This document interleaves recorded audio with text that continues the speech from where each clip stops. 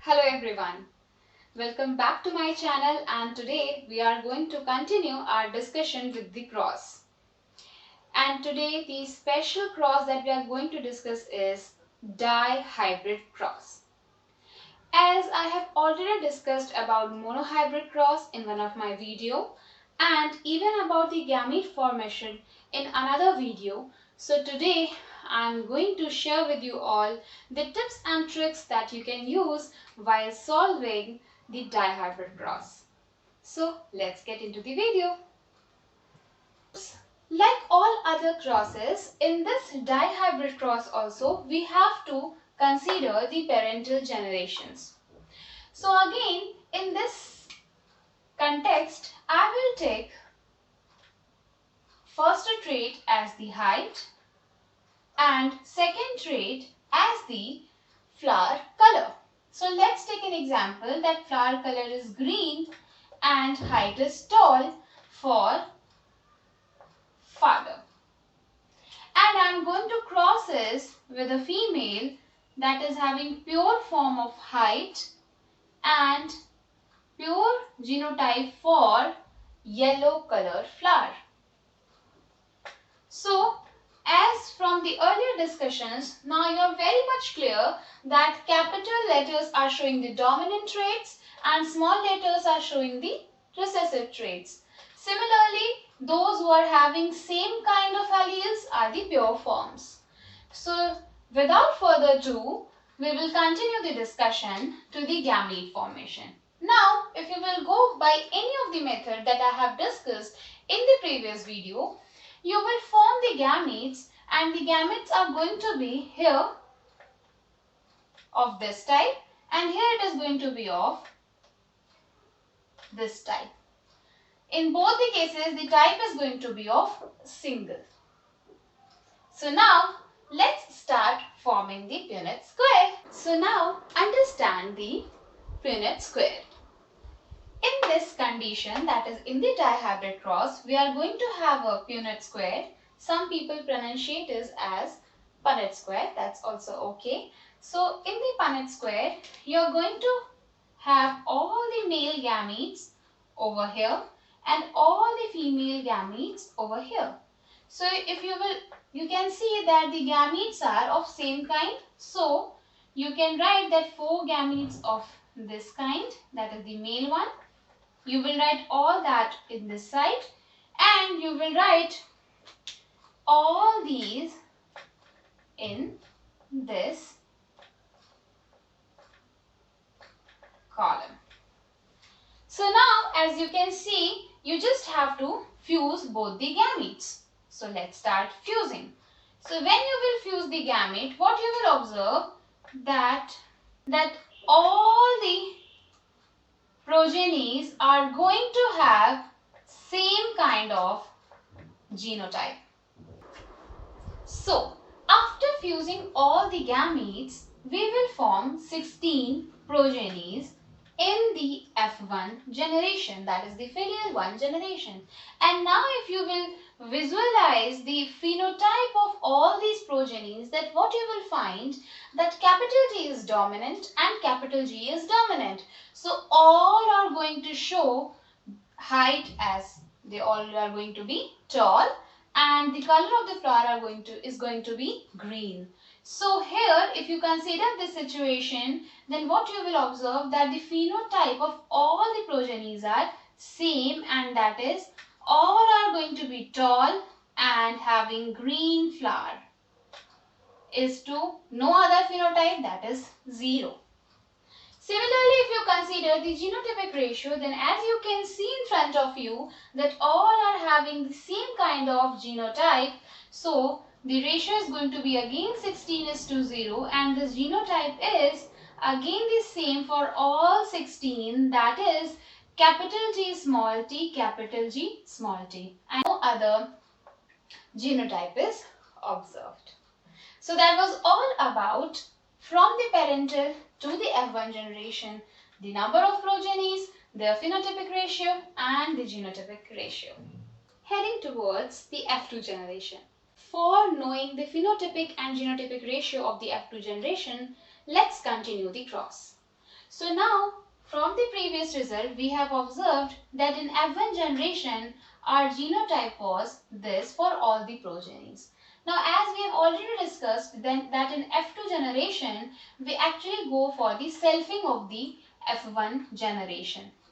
So, we will take one male from the F1 generation and one female from the F1 generation and do its selfing. Now, let's form the gamete. So, as I have already discussed, so now here I will directly form the gamete, but you can go for the folk method or any of the method that you have liked in my previous video, and then accordingly you can form the gamete. So, here the type and number of gametes are going to be 4 for here as well as 4 for here, because there are 2 heterozygotes present over here. So, the gametes that are going to be formed are, in the male, it is going to be capital T, capital G, capital T, small g, small t, capital G, small t, small g. Whereas for the female, it is going to be the same because the genotype is same, capital T, capital G, capital T, small g, small t, capital G, small t, small g.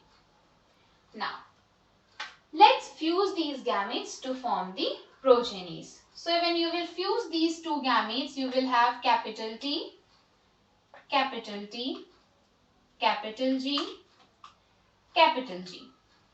Here you are going to have capital T, small g and capital G. When you fill the Punnett square, these were the gametes as we have already discussed, and these are the fused progenies. So you will observe that these different kinds of genotypes are there. So let's talk about each of them. Let's talk about the phenotype first. So if you will observe, this is going to be tall and green. And this one is going to be tall and green. This one is also going to be tall and green. Okay, so this is 1, this is 2 of the same kind. Tall and green, yes. Tall and green, yes. This one, tall and green, yes. Tall and green? No, tall and white. So, tall and white. Okay, fine. This one, tall and green again, 6. Tall and white. Tall and white. So, tall and white is going to be here 1, 2. Fine. 6. Tall and green, 7th. Tall and green, 8th. No, this is going to be dwarf and green. This is going to be dwarf and green. Because heterozygous condition, so going to be green, but this is homozygous recessive, so dwarf. Here again, tall and green. This one, tall and white. So, this one is of this kind. Now, coming to this is going to be dwarf and green. But this is going to be dwarf and white. So, 9 are of same kind in phenotypic condition. Phenotype, 9 are of same type. Whereas, tall and white is of 1, 2 and tall white 3 types. Whereas, if you talk about dwarf and green, they are also of 1, 2 and 3. 3 in number. 9 of this kind, 3 of this kind and 3 of this kind. So 9 is to 3 is to 3 is to 1. But it's little complex. So let's talk about a very simple form which you can use to know that whether you are going right in your cross, and in case in your examination it is compulsory to draw the Punnett square, then you can go for this construction. So let's talk about the simple method. So now let's talk about the simple method. The simple method is this: whenever you are having an F1 generation which is heterozygous in the genotypic condition, then you can use the shortcut. What is the shortcut? You try to write the first genotype in this manner.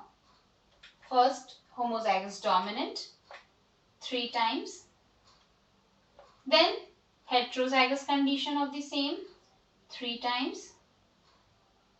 Then homozygous recessive condition 3 times. Now go for the second genotype and write it as one time the dominant homozygous condition, 1 time the heterozygous condition, and 1 time the homozygous recessive condition. Again, homozygous dominant, heterozygous, homozygous recessive, homozygous dominant, heterozygous, homozygous recessive. Now, what you have to do now, after drawing this, as I have already discussed about the phenotypic ratio there in that Punnett square, but now understand from here, if you have drawn this, then you just have to remember, if you are writing in this order, you just have to remember, you have to write 12, 12, 42, 12, 1. So you just have to remember 12, 12, 42, 12, 1. In Hindi you can say 12, 12, 42, 12, 1. So if you are remembering this is actually the genotypic ratio for each genotype. And when you will check the phenotype of it, this is going to be tall and green. This is also going to be tall and green. This is going to be tall and white. This one is going to be again tall and green. This one is going to be again tall and green. This one is going to be tall and white. This one is going to be dwarf and green. This one is going to be dwarf and green. And this one is going to be dwarf and white. And now when you will calculate, like for this phenotype tall and green, if for tall and green you will calculate the number of, if you will calculate the number of progenies for the phenotype tall and green, then there is 1 plus 2, then tall and green plus 2 plus 4, then no tall and green. So 4 plus 2, 6, 6 plus 2, 8 plus 1, 9. So this kind of phenotype is actually 9. Coming on to the second phenotype, and that is tall and white. So 1, tall and white, 2. No other tall and white is there. So this one, tall and white, is going to be in 3. The number of progenies are going to be 3 for this phenotype.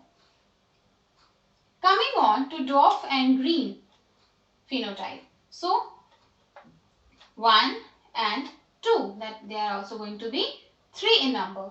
And this phenotype is unique. It is only 1 in number.